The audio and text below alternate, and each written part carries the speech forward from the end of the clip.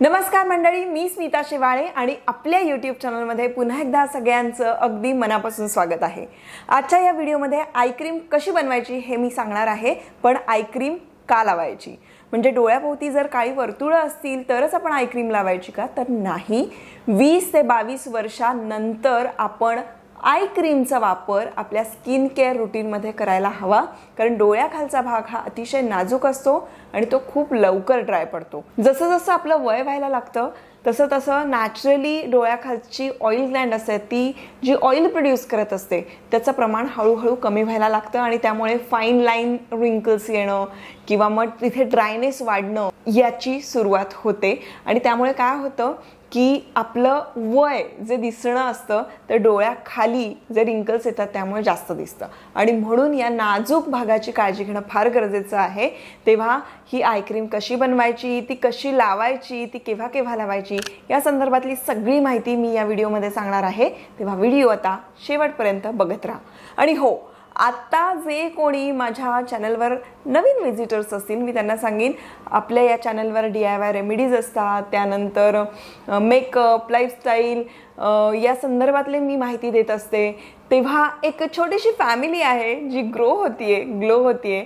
तुम्हालाही जर का आमच्या फॅमिलीचा भाग व्हायचा असेल तर चॅनल लवकर सबस्क्राइब करून टाका आणि बेल आयकॉनचं बटनही हिट करा, म्हणजे पुढे मी कधी व्हिडिओ अपलोड करते याचं नोटिफिकेशन तुम्हाला मिळेल। चला तर मग आता आजच्या व्हिडिओला सुरुवात करूया।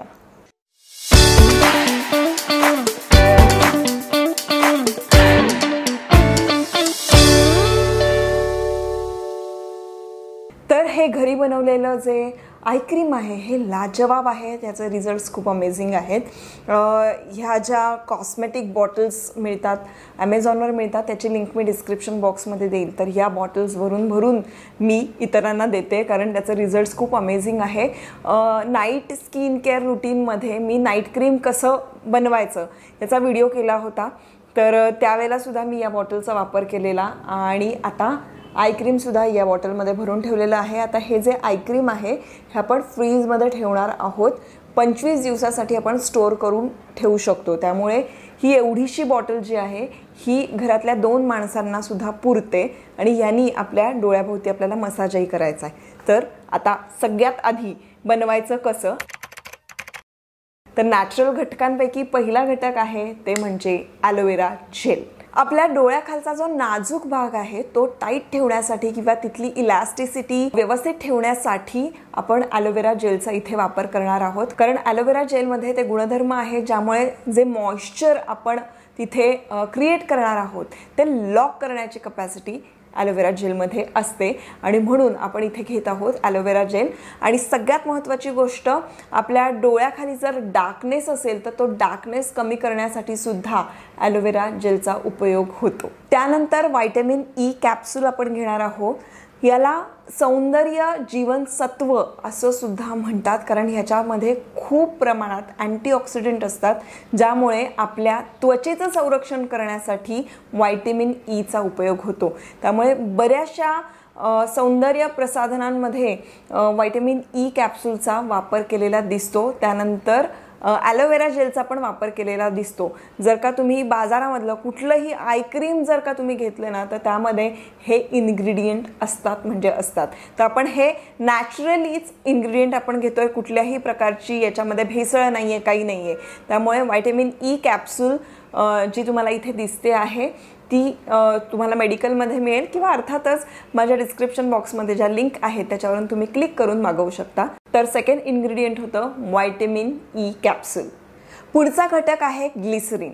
Glycerine is a humectant. आता म्हणजे काय, तर आपल्या डोळ्याखाली जी आपण मॉइश्चर किंवा नरिशमेंट क्रिएट करणार आहोत ना, ती लॉक करण्यासाठी ग्लिसरीनचा खूप सारा उपयोग होतो। बऱ्याचशा स्किन प्रोडक्टमध्ये सुद्धा ग्लिसरीनचा वापर केला जातो आणि आय क्रीममध्ये ग्लिसरीनचा वापर होणं फार गरजेचं आहे।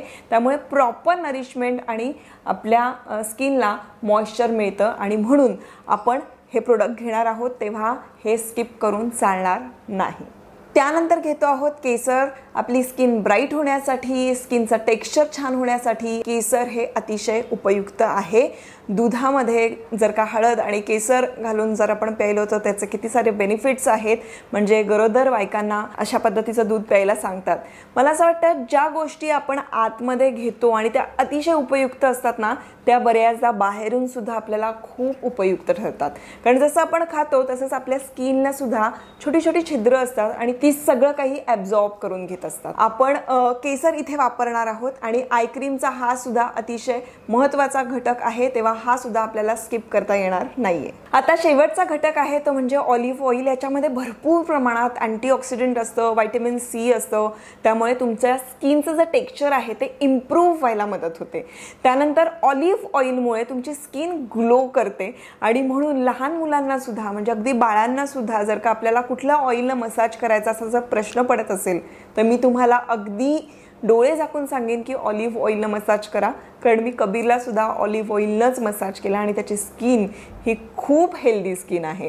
तर ऑलिव्ह ऑइलमुळे आपली स्किन टोन आहे बेसिकली तो सुद्धा इम्प्रूव्ह व्हायला मदत होते आणि टेक्स्चरही खूप छान होतं. आपले जर डॅमेज सेल असतील तर ते सुद्धा रिपेअर व्हायला मदत होते. त्यामुळे ऑलिव्ह ऑइल हा सुद्धा या आय क्रीम मधला महत्त्वाचा घटक आहे. मी आतापर्यंत तुम्हाला जे जे घटक सांगितले ते कुठलेही घटक आपल्याला स्किप करून चालणार नाही. सगळे घटक हे वापरावेच लागतील तरच हे आय क्रीम छान पद्धतीनं बनेल आणि तरच तुम्हाला त्याचे पूर्णपणे बेनिफिट्स मिळतील. कारण हे सगळ्याचं जे मिक्सचर आहे, हे कॉम्बिनेशन आहे, हे सुपर्ब आहे आणि याचा डेफिनेटली आपल्या डोळ्याखालची किंवा डोळ्याभोवतालची जी काळी वर्तुळं आहेत त्याच्यासाठी बेनिफिट मिळतो म्हणजे मिळतोच. तर आता हे आय क्रीम कसं बनवायचं, प्रोसेस काय ही समजून घ्या. तर हे आय क्रीम बनवण्यासाठी सगळ्यात आधी मी त्या छोट्याशा बॉटलमध्ये 2 चमचे ॲलोवेरा जेल घेतलं. पूर्ण डबी भरते, थोडंसं आपण दाबून घेतलं ते ॲलोवेरा जेल खाली बसतं. आणि आता त्यानंतर छोटासा चमचा मी जो इथे घेतलेला आहे तेवढंच मी ग्लिसरीन टाकलं आणि त्यानंतर ऑलिव्ह ऑइल टाकलं. तुम्ही पाव चमचा वगैरे असं माप धरून जर का टाकलं तरी सुद्धा चालणार आहे. आणि त्यानंतर टाकायचं आहे आपल्याला vitamin E capsules. 2 vitamin E capsules आपल्याला यामध्ये टाकायचे आहेत आणि त्यानंतर वरतून आपल्याला चिमूटभर केसर टाकायचे आहे. आणि हे मिश्रण आपल्याला आता त्या बाटलीमध्ये छानपैकी मिक्स करून घ्यायचं आणि मग त्यानंतर आपण हे 20 ते 25 दिवस मी मगाशी म्हणाले तसं फ्रीजमध्ये ठेवून आपण रोज रात्री हे वापरू शकतो. आता हे वापरायचं कसं? मुळात रात्रीच्या स्किन केअर रुटीनमध्ये आपण आय क्रीमचा वापर करावा शक्यतो. कारण आय क्रीम लावल्यानंतर आपण झोपलो किंवा आपण घरातच असू तर ते बेटर असतं. आय क्रीम लावून शक्यतो बाहेर जाऊ नका. त्यामुळे डस्ट जी असते ती अट्रॅक्ट करते म्हणजे ती जास्त बसू शकते. त्यामुळे रात्री झोपताना किंवा जेव्हा तुम्ही घरात असाल त्यावेळेला हे आय क्रीम लावायचं. आणि आय क्रीम कसं लावायचं तर आता ह्या आपल्या बोटात मधला करंगळीच्या शेजारचं जे बोट आहे त्या बोटानी हे क्रीम घ्यायचं आणि हलक्या हातानी खालच्या साईडनी आपल्याला मसाज करायला सुरुवात करायची आहे.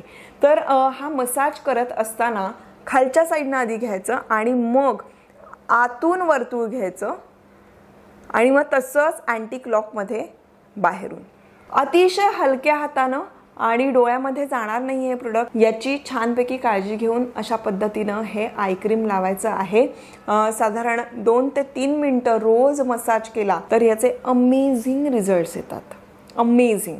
आणि हे रिझल्ट्स आल्यानंतर तुम्ही कॉमेंट बॉक्समध्ये मला सांगणारच आहात याची मला अगदी गॅरंटी आहे. कारण हे अतिशय इफेक्टिव्ह आय क्रीम आहे. कुठेही ॲमेझॉन, नायका कुठेही आय क्रीम विकत घ्यायला जाऊ नका. हे दी बेस्ट आय क्रीम आहे आणि हे आय क्रीम तुम्ही रोज वापरू शकता. मी मगाशी म्हणाले तसं आपल्याला बाहेर जाताना हे लावायचं नाही. तर हे अतिशय सोप्या पद्धतीनं आय क्रीम आपण आता घरी कसं बनवायचं हे मी तुम्हाला सांगितलेलं आहे. तर अशा पद्धतीनं ही सगळी माहिती आय होप तुम्हाला युजफुल वाटली असेल आणि वाटली असेल तर मला कळवा, लाईक करा, शेअर करा आणि जे कोणी नवीन असतील त्यांनी माझं चॅनल सबस्क्राईब सुद्धा करा. भेटूया आता पुढच्या व्हिडिओमध्ये.